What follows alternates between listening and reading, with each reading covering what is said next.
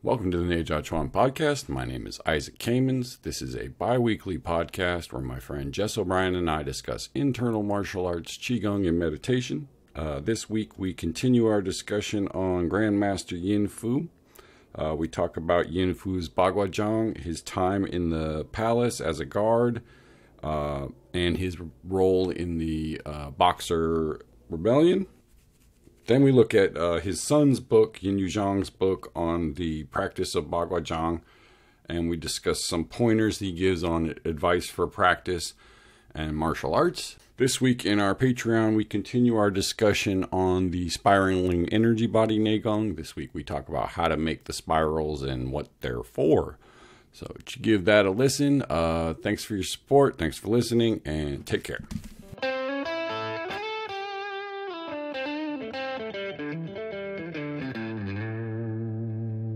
Welcome to the Neijiaquan Podcast with Isaac and Jess. We're continuing to look at the life of Bagua Master Yin Fu and his teaching in the late 1800s and early 1900s. So where we left off, Yin Fu's master, Dong Haichuan, had passed away. And now it was up to the students of Dong to continue the Bagua Zhang school. Dong Haichuan dies in 1882. So at that point, Yin Fu's been learning from him maybe 6 or more years. Yin Fu lived and taught Bagua Zhang in the Eastern City District. In addition to teaching Bagua Zhang in the palace and to private students, Yin also worked as a resident guard and bodyguard, protecting the rich people in their homes in Beijing. Yin had a strong reputation in Beijing, and it is said that the residents of the homes Yin protected never had any problems with intruders. When the local criminals heard that Yin was protecting a particular house, they steered clear of it. Because of his reputation, a number of the wealthy people in Beijing desired Yin's services. Since he could not be at many places at one time, Yin employed his students to stand duty at the homes, and he would make the rounds to check on them. In addition to employing the students he already had trained, Yin also employed outsiders and taught them Bagua Zhang so they could better perform their job. So it sounds like the reputation of Bagua as a martial art for bodyguards and home protectors and caravan guards is continuing here with Yin Fu and his students making a name for themselves as bodyguards in Beijing. Yeah, I think it was kind of the premier way to get your name out there and make a sort of a reputation for yourself and make some money while you're at it. Right. I mean, there's no police, so people need somebody to do that stuff. Right. These guys, a lot of the big Bagua teachers were known for running bodyguard schools. I mean, bodyguard companies, I guess you could say. Another thing it says here, in addition to his bodyguard business, Yin was also hired by the government as a tax officer. His job was to locate individuals who were delinquent on their taxes and make them pay.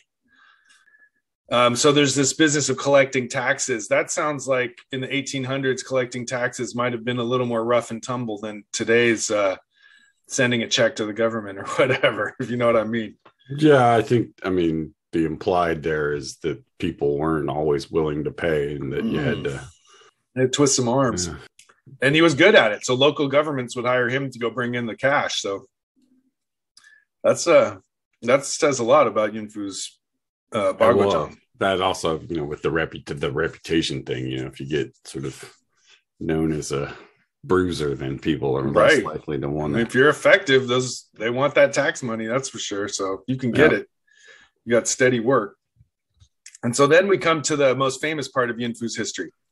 During the Boxer Rebellion in 1900, Yin Fu was hired as the head bodyguard for the Empress Dowager and the Guangxu Emperor when they were being taken out of the Forbidden City. After things settled down in Beijing and they returned, Yin was hired by the imperial court to teach martial arts to the eunuchs. So this is a story we've touched on previously in other episodes of the story of Bagua, but it's a pretty big deal. Like in the year 1900, the 8 allied armies, including most of the Western powers, including the USA, attacked China, overran Beijing, and pretty much in the process, the imperial city got wrecked, and the Forbidden City got all wrecked, and the Empress herself had to flee from Beijing, and her top bodyguard to lead her in this expedition to escape from the Westerners, that was Yin Fu himself. And that's kind of the biggest historical moment in Bagua history.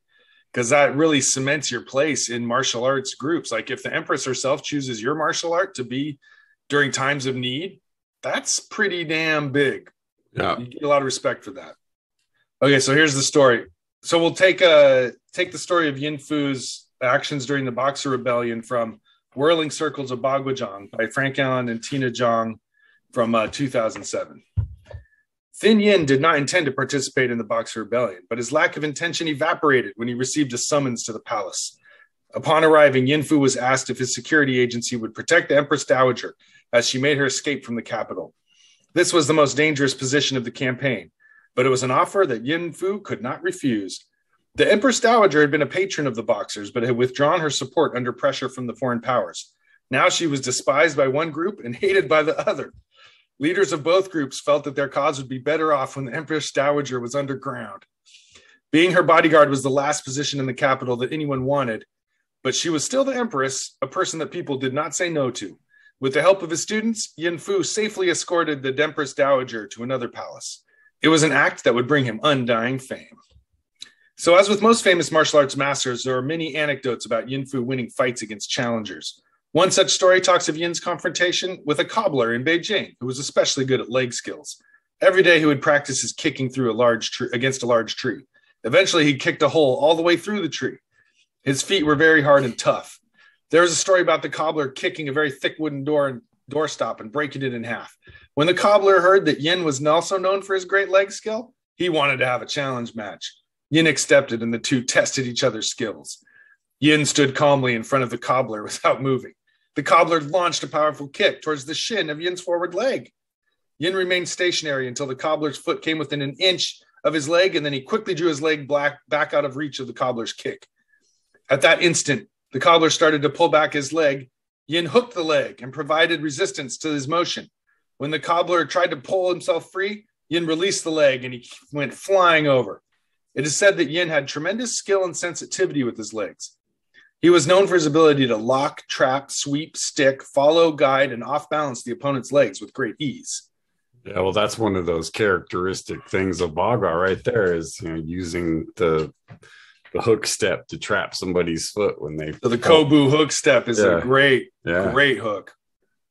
That's great. That's a classic right there. Right? And so, yeah, there you go. Like there's one of those Bagua things of having really quick sensitivity in the legs too, not necessarily the kicking trees till they become super hard. He beats the guy who's a tree kicker. He uses this leg connectivity and sensitivity, and I think it's same with Bagua arm training. There is, especially in the Gao style that I did, there's a bunch of exercises for like lifting. You're doing leg lifts and leg circles and stuff that are really painful, but they're meant to make your leg really flexible like your arms. And ideally in Bagua, you want leg flexibility to be really good and while maintaining firmness.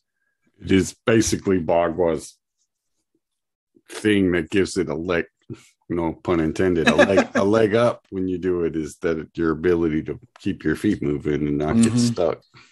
And when you're fighting high up and trading punches, you can use those hooks and sweeps and leg kicks and knee butts against someone else's legs. You can really take advantage of that.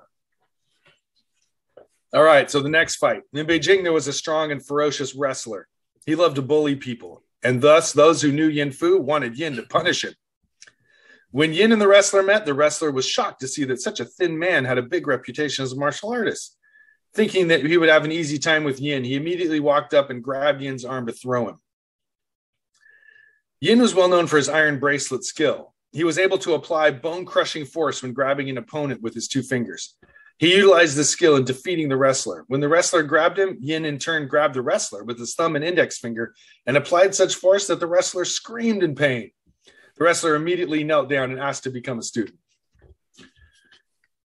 However, there was another wrestler who was a follower of that guy who was very arrogant in front of Yin's other students, as he thought himself much stronger than him. The other students told Yin that they did not think that he was fully convinced in the methods of Bagua. Shortly thereafter, Yin was teaching a group of students at his home and called on this other wrestler to assist him in a demonstration. When the student launched a powerful attack at Yin, Yin sidestepped him while grabbing his arm and applying force in the direction of his attack. Yin's strength was so powerful that the attacker was thrown through the closed shutters of a nearby window. The wrestler lay on the ground outside the window in a pile of broken sticks that used to be the window shutters. Yin walked outside and helped him up. He said, "The skill my teacher is going to use is very hard to anticipate." After this incident, the wrestler became much more modest. Yeah, that'll do it. So thrown out the window, a lot of these stories involve someone being thrown through a closed door or closed window shutters. That it's sort of like in a Western when you throw someone through a window and the window breaks, it's like, It's clutch. On another occasion, a monk came to compare skills with Yin Fu. He came to where Yin was teaching and jumped up onto a stool, announcing that he was going to demonstrate his skill.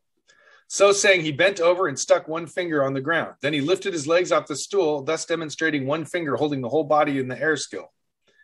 After the demonstration, the monk said to Yin, "What do you think of my Gong Fu?" Yin replied, "This is good, but sticking your finger into a man is much harder than sticking it into the ground."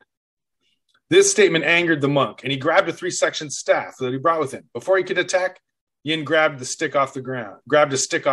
Every time the monk moved to attack, Yin evaded and whacked the monk's hands with his stick. After several such whacks, the monk admitted defeat. One of Yin Fu's specialties was his evasiveness and use of fast footwork. Yep, there it is again. As demonstrated by racing out of the way and smacking him on the hands. Returning to the book about Yin Fu Bagua called A Concise Book of Bagua Palming by Yin Yuzhang from 1932. The next section's got some interesting stuff.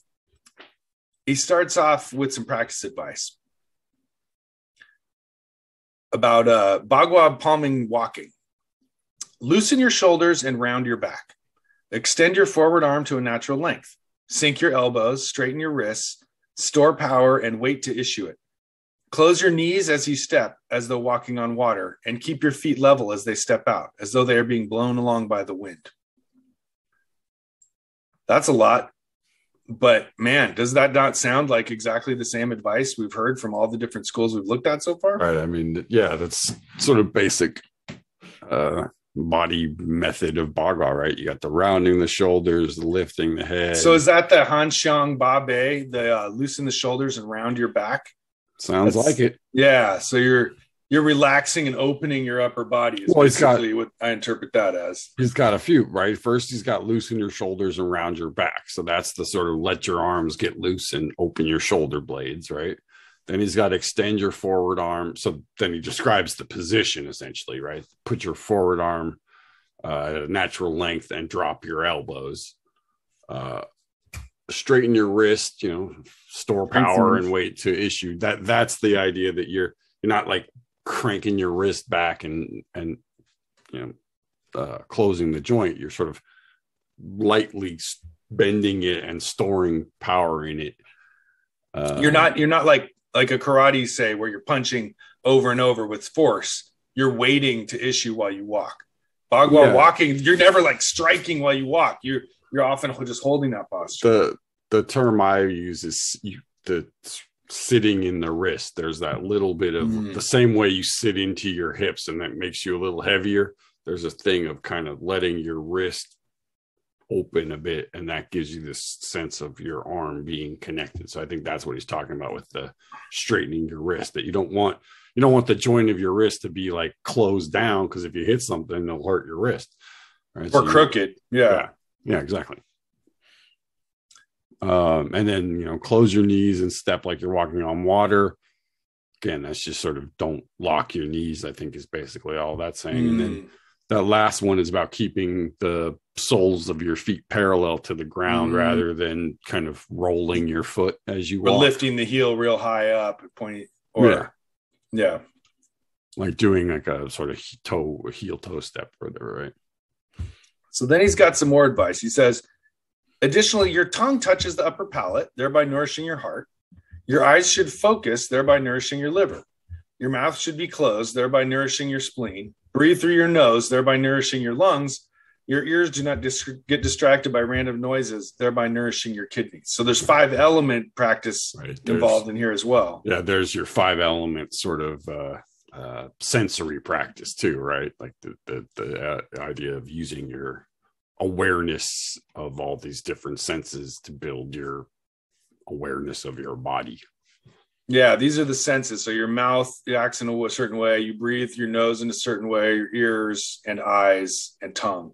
Yeah, taste. Yeah, there you go. So those are 5 different senses. So there's a frequent thing of you have a body part that you feel, and then that's sort of like your access point to the internal organ, right? So that's the idea of Negong, working with the inner body. You're in the tasting and the breathing of the lungs that takes place inside your body.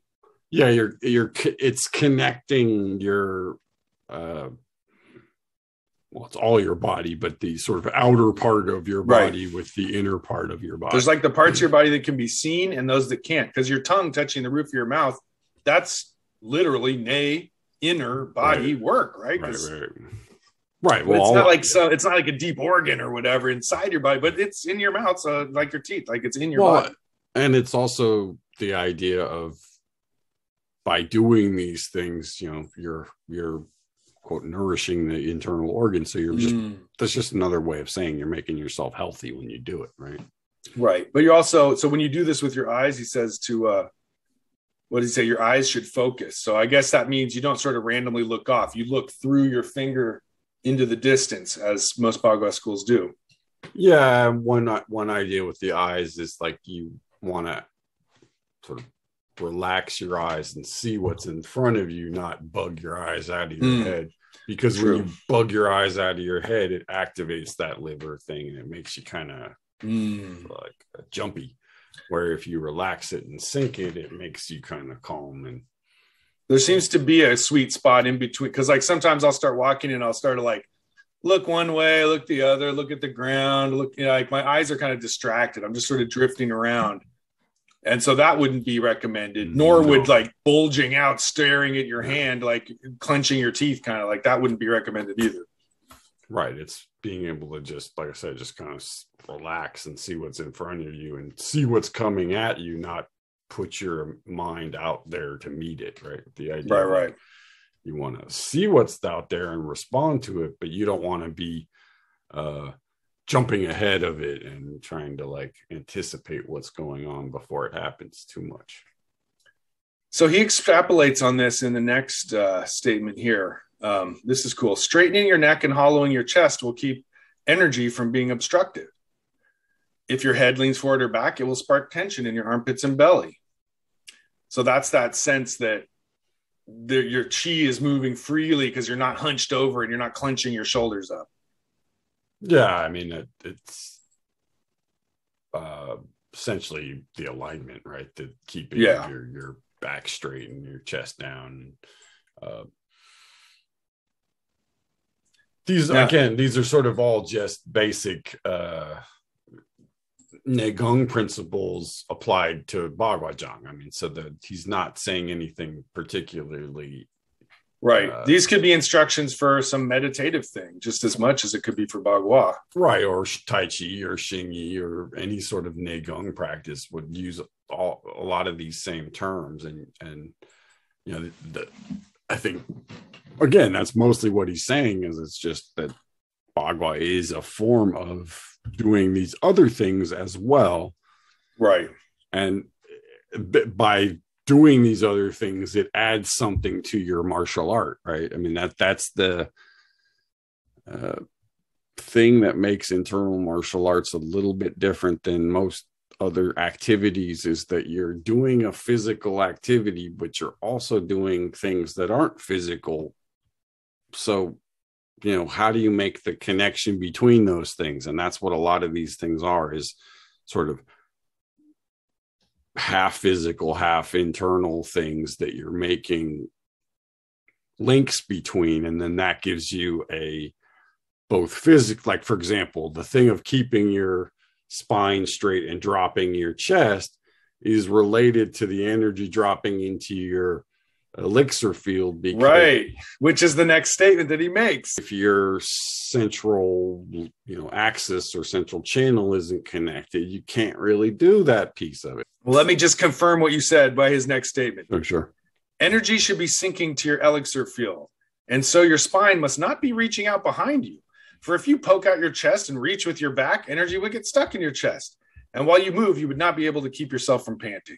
Right. So there it is. You connect, you straighten the top, you straighten the bottom, you sink into the dantian.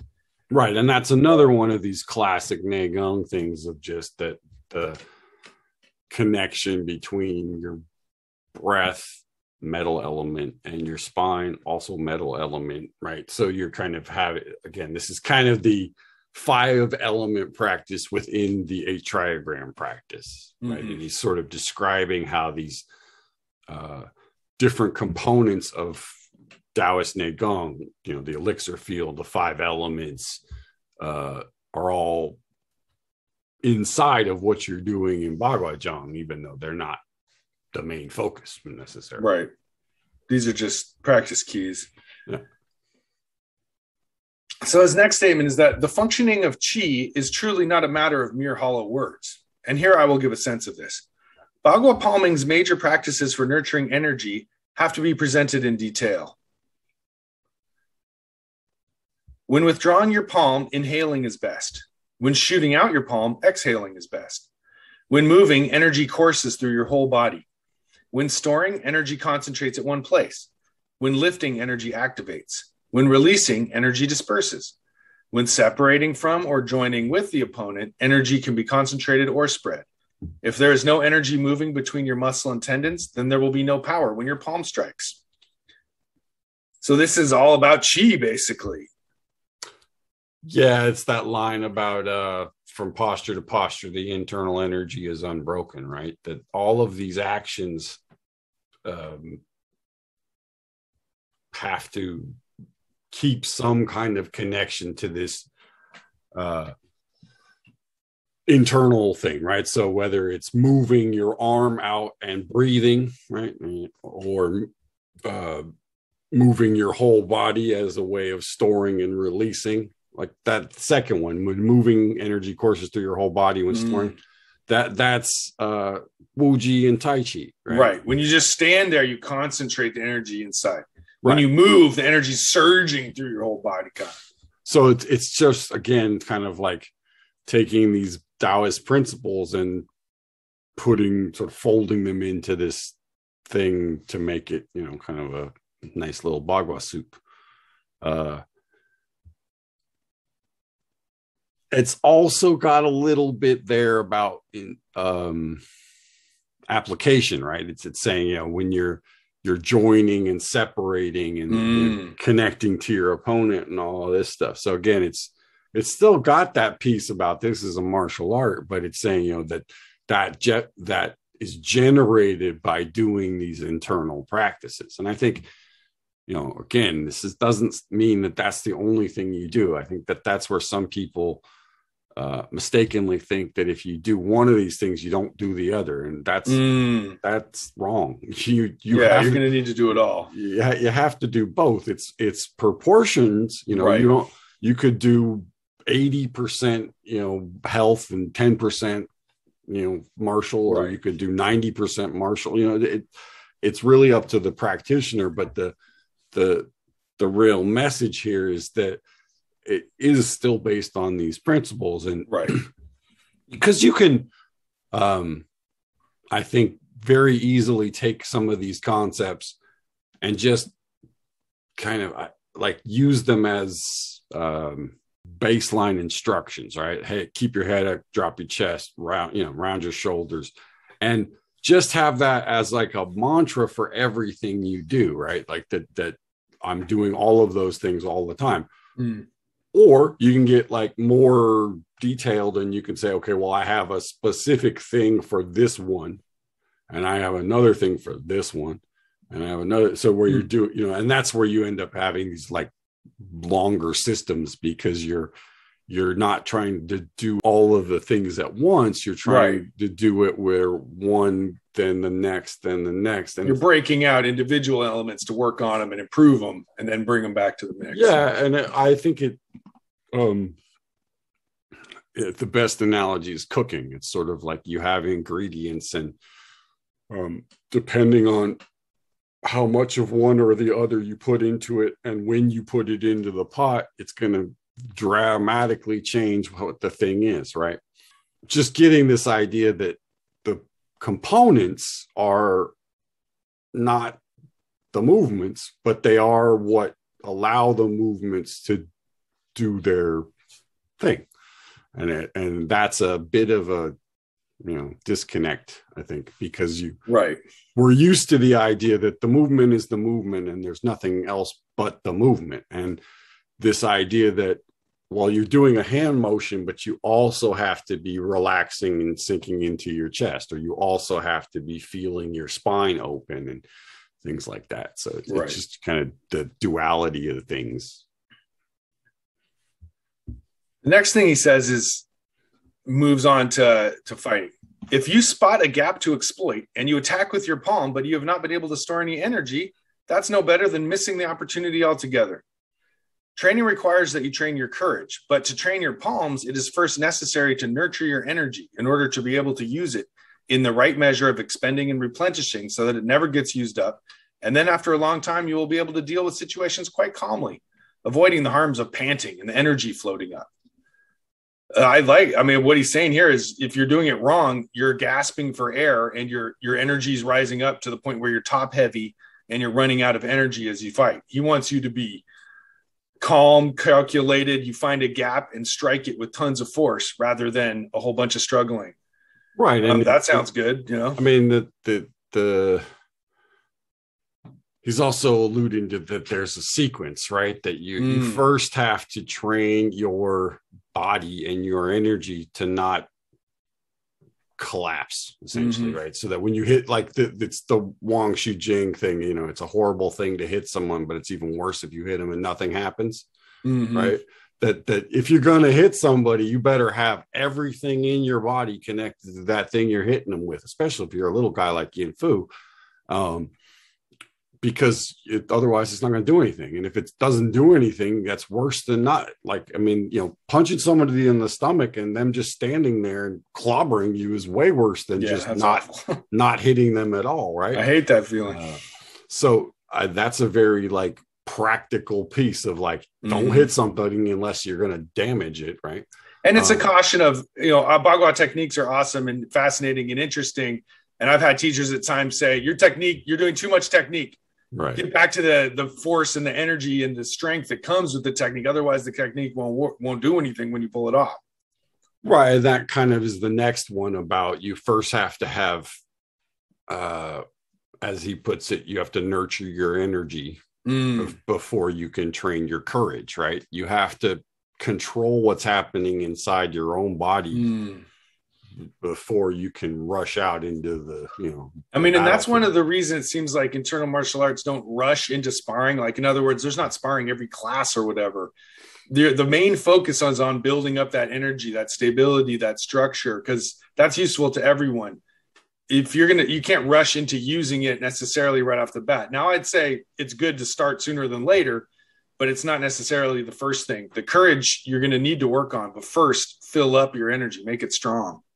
Yeah, I think, there's it really comes down to fear, and that there's two reactions to fear. One is to fold up into a little ball and just, hope for the best. And the other is to attack. And in Bagua, you don't do either of those things, right? That the whole idea is before you try to do something combat wise, you first have to be able to control your mind and your energy so that you don't freak out. Now some martial arts just tell you to freak out as best you can, go full bore and freak out completely and hope for the best. And this is a bit more of this idea of again, it doesn't really serve you that much if you don't, because you'll end up getting hurt, or and so it's the idea that if you really want to deal with situations without harming yourself and maybe even without harming other people, you've got to control this stuff. And I think when he says energy floating up, that's referring to rage. That's the what they chi rising, right, getting upset. The fire goes to the devil, right? So this whole thing of yes, we're doing a martial art. No, we're not just freaking out and trying to kill the other person. And I think that, he's saying that there's a necessary part of this if you want it to be